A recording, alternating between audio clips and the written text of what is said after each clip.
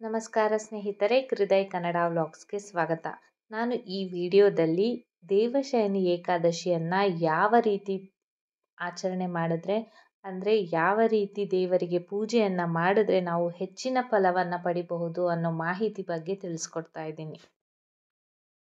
ದೇವಶಯನಿ ಏಕಾದಶಿ ಉಪವಾಸವನ್ನು ಆಷಾಢ ಮಾಸದ ಶುಕ್ಲ ಪಕ್ಷದ ಏಕಾದಶಿ ತಿಥಿಯಂದು ಆಚರಣೆ ಮಾಡಲಾಗುತ್ತೆ. ಈ ದಿನ ರವಿ ಎಂಬ ಶುಭ ಯೋಗ ಕೂಡ ರೂಪುಗೊಳ್ಳುತ್ತದೆ. ದೇವಶಯನಿ ಏಕಾದಶಿಯಿಂದ ಚಾತುರ್ಮಾಸ ಆರಂಭವಾಗುತ್ತೆ.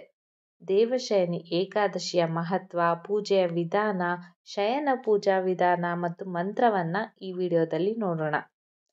ಮೊದಲನೆಯದಾಗಿ ಈ ಬಾರಿ ಅಂದರೆ 2024ರಲ್ಲಿ ದೇವಶಯನಿ ಏಕಾದಶಿಯನ್ನು ಜುಲೈ 17ನೇ ತಾರೀಕಿನಂದು ಆಚರಣೆ ಮಾಡಲಾಗುತ್ತೆ.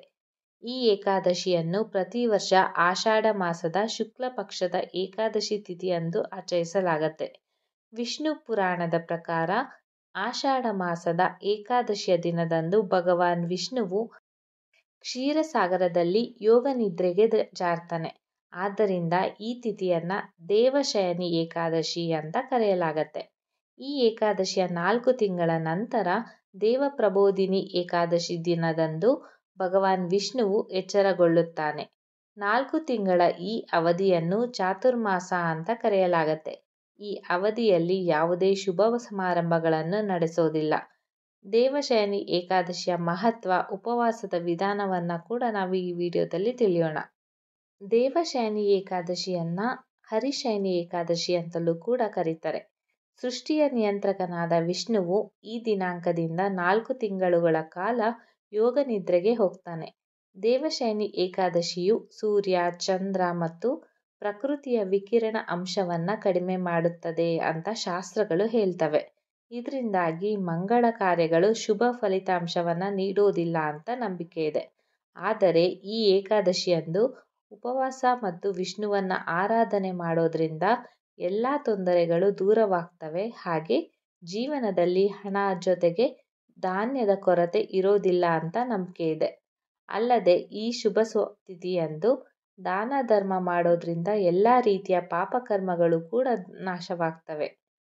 ದೇವಶಯನಿ ಏಕಾದಶಿ ಉಪವಾಸದ ವಿಧಾನ. ದೇವಶಯನಿ ಏಕಾದಶಿಯ ದಿನ ಬ್ರಹ್ಮ ಮುಹೂರ್ತದಲ್ಲಿ ಎದ್ದು ಸ್ನಾನವನ್ನು ಮಾಡಬೇಕಾಗತ್ತೆ. ನಂತರ ಧ್ಯಾನ ಮಾಡಿ ಕೈಯಲ್ಲಿ ನೀರಿಟ್ಟು ಉಪವಾಸದ ವ್ರತವನ್ನು ಕೈಗೊಳ್ಳಬೇಕಾಗತ್ತೆ. ಜೊತೆಗೆ ಕೆಂಪು ಅಥವಾ ಹಳದಿ ಬಟ್ಟೆಯಿಂದ ಹರಡಿದ ಚೌಕದ ಮೇಲೆ ವಿಷ್ಣುವಿನ ವಿಗ್ರಹ ಅಥವಾ ಚಿತ್ರವನ್ನು ಇರಿಸಬೇಕಾಗತ್ತೆ. ಸುತ್ತಲೂ ಗಂಗಾಜಲವನ್ನು ಚಿಮುಕಿಸಿ ನಂತರ ಷೋಡಶೋಪಚಾರ ವಿಧಾನದಲ್ಲಿ ವಿಷ್ಣುವನನ್ನು ಪೂಜಿಸಬೇಕಾಗತ್ತೆ. ಹಳದಿ ಬಣ್ಣವು ವಿಷ್ಣುವಿಗೆ ತುಂಬ ಪ್ರಿಯವಾಗಿದೆ. ಆದ್ದರಿಂದ ಹಳದಿ ಹೂವುಗಳು, ಹಳದಿ ಹಣ್ಣುಗಳು ಇತ್ಯಾದಿಗಳನ್ನು ವಿಷ್ಣುವಿಗೆ ಅರ್ಪಿಸಬೇಕಾಗತ್ತೆ. ಆ ನಂತರ ಧೂಪ ದೀಪ ಬೆಳಗಿಸಿ ಮಂತ್ರಗಳನ್ನು ಪಠಣೆ ಮಾಡಬೇಕಾಗತ್ತೆ. ಪೂಜೆಯ ನಂತರ ವಿಷ್ಣು ಮತ್ತು ತಾಯಿ ಲಕ್ಷ್ಮಿಗೆ ಆರತಿಯನ್ನು ಅರ್ಪಿಸಿ ಜೊತೆಗೆ ವಿಷ್ಣು ಸಹಸ್ರನಾಮವನ್ನು ಪಠಣೆ ಮಾಡಬೇಕಾಗತ್ತೆ. ಭಗವಾನ್ ವಿಷ್ಣುವಿನ ಪೂಜೆಯ ನಂತರ ಅಶ್ವತ್ಥ ಹಾಗೂ ಬಾಳೆಯ ಮರವನ್ನು ಪೂಜಿಸಿ ನಿಮ್ಮ ಸಾಮರ್ಥ್ಯಕ್ಕೆ ಅನುಗುಣವಾಗಿ ದಾನವನ್ನು ನೀಡಬಹುದು. ಇನ್ನು ದೇವಶಯನಿ ಏಕಾದಶಿಯ ಶಯನ ಪೂಜಾ ವಿಧಾನ. ದೇವಶಯನಿ ಏಕಾದಶಿ ತಿಥಿಯಂದು ಸಂಜೆ ಕೂಡ ಪೂಜೆ ನಡೆಯುತ್ತೆ. ಆ ಸಮಯದಲ್ಲಿ ಶಯನ ಮಂತ್ರವನ್ನು ಪಠಿಸಿ ಮತ್ತು ಶ್ರೀಹರಿ ವಿಷ್ಣುವನ್ನು ಮಲಗಿಸಬೇಕಾಗತ್ತೆ.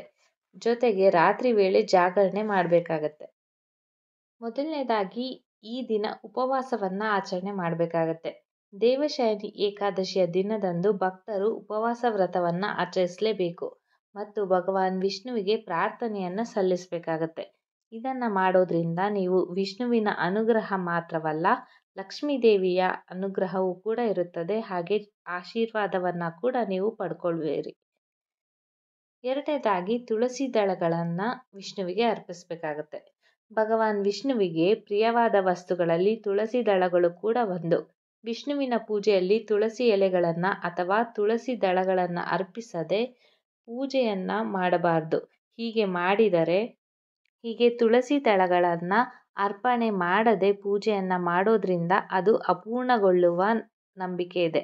ಆದ್ದರಿಂದ ನೀವು ಯಾವುದೇ ವಿಷ್ಣು ದೇವನನ್ನು ಪೂಜಿಸುವಾಗ ತಪ್ಪದೆ ತುಳಸಿ ದಳಗಳನ್ನು ಪೂಜೆಯಲ್ಲಿ ಬಳಸಬೇಕಾಗತ್ತೆ. ನಂತರ ತಾಮಸಿಕ ಆಹಾರವನ್ನು ಸೇವಿಸಬಾರ್ದು. ದೇವಶಯನಿ ಏಕಾದಶಿಯಂದು ಸಾತ್ವಿಕ ಆಹಾರವನ್ನು ಸೇವಿಸಬೇಕು. ಈ ದಿನ ಮಾಂಸಾಹಾರ, ಈರುಳ್ಳಿ, ಬೆಳ್ಳುಳ್ಳಿ ಇತ್ಯಾದಿಗಳಂತಹ ತಾಮಸಿಕ ಆಹಾರವನ್ನು ಸೇವಿಸಬಾರ್ದು. ಯಾಕಂದರೆ ಈ ವಿಷಯಗಳು ಮನಸ್ಸಿನಲ್ಲಿ ನಕಾರಾತ್ಮಕ ಆಲೋಚನೆಗಳಿಗೆ ಕಾರಣವಾಗತ್ತೆ. ಇಂತಹ ಆಲೋಚನೆಗಳಿಂದ ನಮಗೆ ಪೂಜೆಯ ಮೇಲೆ ಗಮನವನ್ನು ಕೇಂದ್ರೀಕರಿಸಲು ಸಾಧ್ಯವಾಗದೇ ಇರೋದ್ರಿಂದ ಇವೆಲ್ಲ ಪಾಯಿಂಟ್ಸ್ಗಳನ್ನು ಗಮನದಲ್ಲಿಟ್ಕೊಳ್ಳುವಂತಹದ್ದು ಉತ್ತಮ.